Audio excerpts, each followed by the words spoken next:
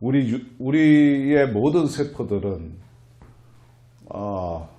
수명이 다하면 죽고 다시 새로운 것이 복제가 돼요. 그 유전자 복제라고 하죠.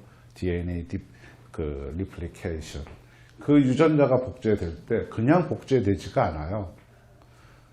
예전에 있던 유전자가 가지고 있는 그 정보를 새로운 유전자한테, 탄생하는 유전자한테 그대로 복사를 해요. 그걸 전사라고 하는데 그대로 복사를 해요.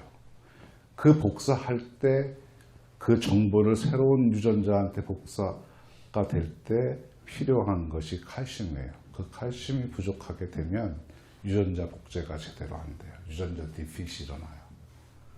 유전자 디핏이 일어나면 그게 적은 수량의 세포의 유전자 디핏이 일어나면 큰 문제가 아닌데, 우리 젊을 때도 다 그런, 우리 몸 안에 있는 세포 수가 수십조 되잖아요.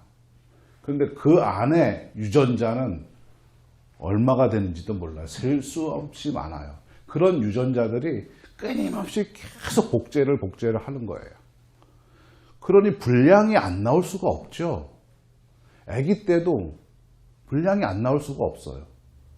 그런데 그때는 충분히 칼슘이나 여러 가지 공급이 제대로 되니까 성장할 수가 있는 거예요. 그런데 나이가 들면서 칼슘 공급이 제대로 안 되면 그 분량률이 더 많아지는 거죠. 그 분량률이 많아지면 면역세포들이 잘 컨트롤해서 다 잡아먹기도 하지만 너무 많아지면 아웃 오브 컨트롤 되는 거죠. 그러면 어느 구석에서부터 암이라는 그런 종양이 생기게 되죠. 스스로 사는 새로운 형태의 그 오가니즘이 되는 거예요. 그게 암이죠. 우리 몸은 하루에도 수천에서 수만 개의 잘못된 암세포들이 생겨나요. 그렇지만 우리 면역이 강하니까 강한 사람들은 다 그걸 처리를 하죠. 그러니까 그 유전자 복제가 잘못됐을 때 그거를 해결해주는 해결사가 우리 몸에 있어요. 그 세포나 그 세포에 생긴 복제된 것이 자살을 하게끔 만들어주는 단백질이 있어요. 그리고 잘못된 유전자를 고쳐주는 그런 단백질이 있어요. 그게 P53이라는 단백질이에요. 아주 유명한 거예요, 바이올로지에서는. 요놈이 그런 작용을 그렇게 해요. 우리 몸 안에서 뭐라고 별명이 붙어 있느냐면, 생물학자들, 과학자들이 유전자 수호자라고 그래요. 그러니까 유전자가 잘못됐을 때 이 단백질이 유전자를 다시 수정시키고 더 잘못된 것들이 있으면 자살을 시키는 그런 단백질이에요. 엄청난 중요한 역할을 해요. 그런데 이 P53이라는 이 단백질이요, 칼슘이 모자르면 전혀 역할을 못해요. 이를테면 우리 사회에 범죄자들이 많이 돌아다니는데 이 경찰들이 있잖아요.